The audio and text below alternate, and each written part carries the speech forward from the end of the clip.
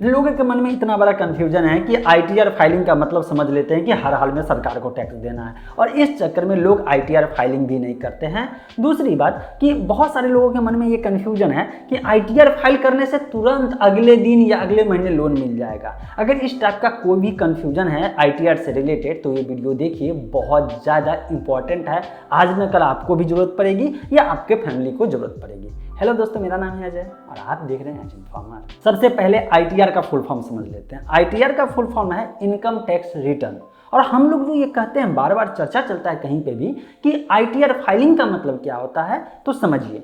ITR filing का मतलब होता है कि आप एक फॉर्म के रूप में सारा अपना इंफॉर्मेशन जो कि इनकम का सोर्स होगा, कहाँ कहाँ से आप कमाते हैं, जैसे कि आपका हो सकता है सैलरी, हो सकता है सैलरी वाले नहीं होंगे तो हो सकता है आपका मतलब कि एग्रीकल्चर से इनकम होगा, कोई दुकान होगा, कोई चीज़ रेंट पे दिए होंगे, कोई चीज़ ब्याज से मिला होगा आपको। मतलब कि आपके लाइफ में चल रहा है जितने भी इनकम के सोर्सेस, उस इनकम के सोर्सेस को आप इनकम टैक्स डिपार्टमेंट को, अपने भारत सरकार का जो इनकम टैक्स डिपार्टमेंट है उसको एक इन्फॉर्मेशन दे रहे हैं। आप फाइलिंग कर रहे हैं, मतलब आप उसको पूरा ब्यौरा, पूरा डिटेल दे रहे हैं कि हाँ आपके पास ये एसेट है, इससे इतना कमाई हुआ, इससे इतना लॉस हुआ, सारा प्रॉफिट एंड लॉस का जो होता है पूरा बैलेंस शीट बना करके वहाँ सबमिट करना पड़ता है। तो इसी को कहते हैं आईटीआर फाइलिंग।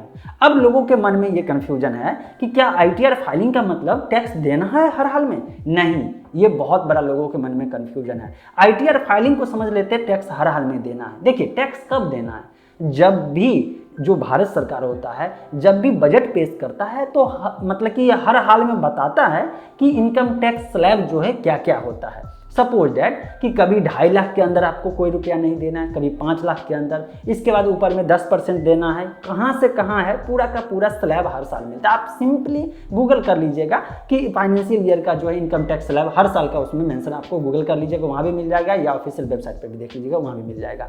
तो जब तक आप इनकम टैक्स स्लैब के अंदर, टैक्सेबल स्लैब के अंदर नहीं आते हैं तब तक आपको नहीं देना है। सपोज आप जो है साल में 2 से 2.5 लाख रुपया कमाते हैं तो आपको कोई टैक्स नहीं देना है। लेकिन आईटीआर फाइलिंग अगर करेंगे तो ये एक सॉलिड प्रूफ हो जाता है कि हाँ आप पिछले इतने सालों से, या पिछले जो फाइनेंशियल ईयर है या जो भी है उतने सालों से, जब जिस साल का मान लीजिए आप आईटीआर फाइल करेंगे, उस फाइनेंशियल ईयर में आपने इतना कमाया, आपको इतना ही कमाया हुआ, इतना ही कमाई हुआ, और आप जो है वैसे टैक्स स्लैब के अंदर आते हैं जिसमें आपको टैक्स ही नहीं देना है, तो आपको 1 रुपया भी नहीं देना है। सिंपली फॉर्म फिलअप कर दीजिए इनकम टैक्स के वेबसाइट पे और बात खत्म हो जाता है। लेकिन अगर आपका इनकम, वो जो पूरा सीट बनाएंगे, पूरा डिटेल बनाएंगे, उसके अनुसार से आप मतलब टैक्स पेएबल के अंदर आ जाता है आपका इनकम, तो जो भी टैक्स बनेगा उतना टैक्स आपको वहाँ देना है।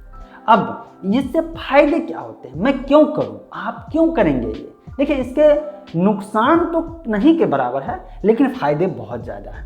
नुकसान क्या है?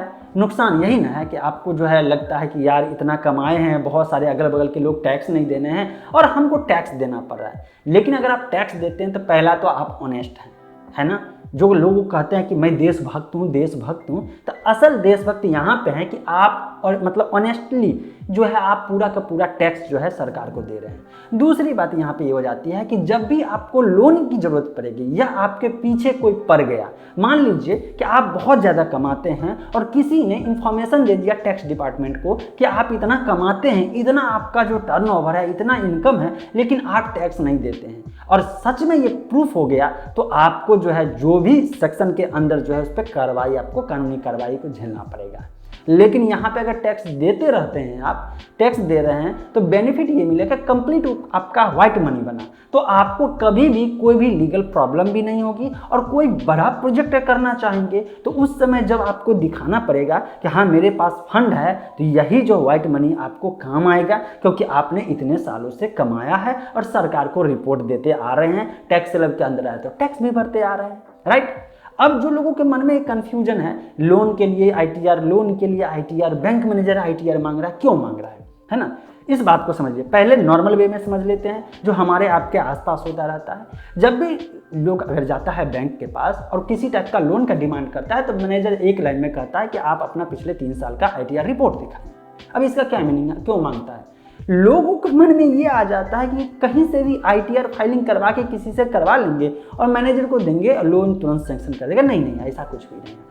ITR का मतलब होता है कि आप जब बैंक को रिपोर्ट दे रहे हैं, मतलब बैंक मैनेजर कंफर्म हो जाए कि आप इतने सालों से, पिछले इतने सालों से आपका इनकम ग्रो हो रहा है या घट रहा है या कंटिन्यूअस सेम है, कहाँ है, आपके पास इनकम है या नहीं है। जो बैंक लोन देगा उसका किस्त चुकाने लायक आप होइएगा तो ना। अब मुंह से जाके बोलिएगा हाँ मैं तो चुका दूंगा, इससे नहीं होता है। फिनटेक या फाइनेंस की दुनिया में या टेक्नोलॉजी, फिनटेक हटा दीजिए, फाइनेंस की दुनिया में या बैंकिंग के सेक्टर में प्रूफ बहुत मायने रखता है। ये जो आप ITR फाइलिंग करेंगे तो एक सॉलिड प्रूफ होगा जिससे मैनेजर डिसाइड कर पाएगा कि आपको लोन कितना देना है। देखिए ITR से ही लोन भी डिसाइड होता है। मान लीजिए आप बहुत ज़्यादा लोन जो है डिमांड कर दिए हैं और आपका इनकम बहुत कम है, तो आप उस लोन का किस्त भी चुका पाएंगे? क्योंकि ये भी देखा जाता है कि आप जो लोन, आपको जो लोन मिलेगा या आप जो लोन लेंगे उसका जो किस्त होगा, उसके बाद भी आपके पास इतना पैसा होना चाहिए कि आप अपने फैमिली को मेंटेन कर सकते हैं, आप खुद का खर्चा निकाल सकते हैं। अब 5,000 रुपया महीने ही कमा रहे हैं और 6,000 या 5,000 रुपया किस्त ही हो जाएगा, तो आप टोटल बैंक को तो देंगे नहीं, वो किस्त तो जमा नहीं करेंगे, कम से कम खाने पीने के लिए घर में कुछ तो रखेंगे।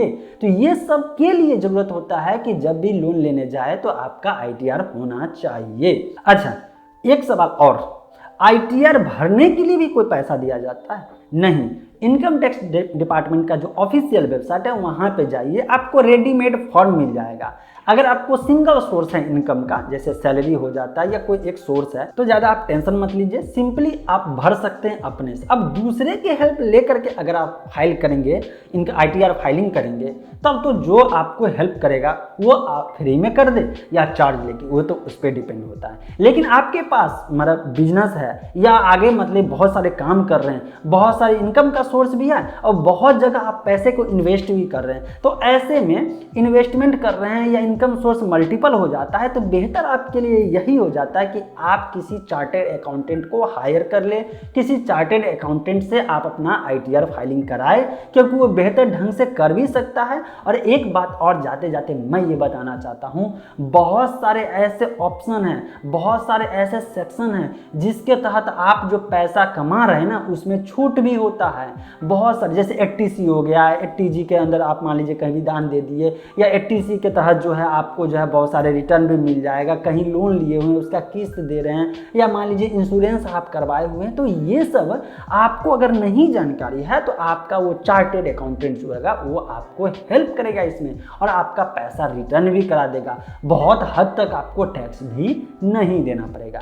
ये जानकारी कैसे लगी? बहुत इंपॉर्टेंट इन्फॉर्मेशन है और अपने देश के हर एक इंडिविजुअल, हर एक पर्सन के लिए ये जानकारी जरूरी है, क्योंकि अगर आप 18 साल से ऊपर के हैं, आप कमा रहे हैं या आपके फैमिली में कोई कमा रहा है, तो ये जानकारी होगा तभी ना बेनिफिट मिलेगा। आई होप आपको कंटेंट बढ़िया लगा होगा। आप अपना ओपिनियन नीचे कमेंट में जरूर लिखिएगा, साथ साथ जो इस वीडियो को शेयर करें। मिलते हैं फ्रेश अपडेट के साथ नेक्स्ट।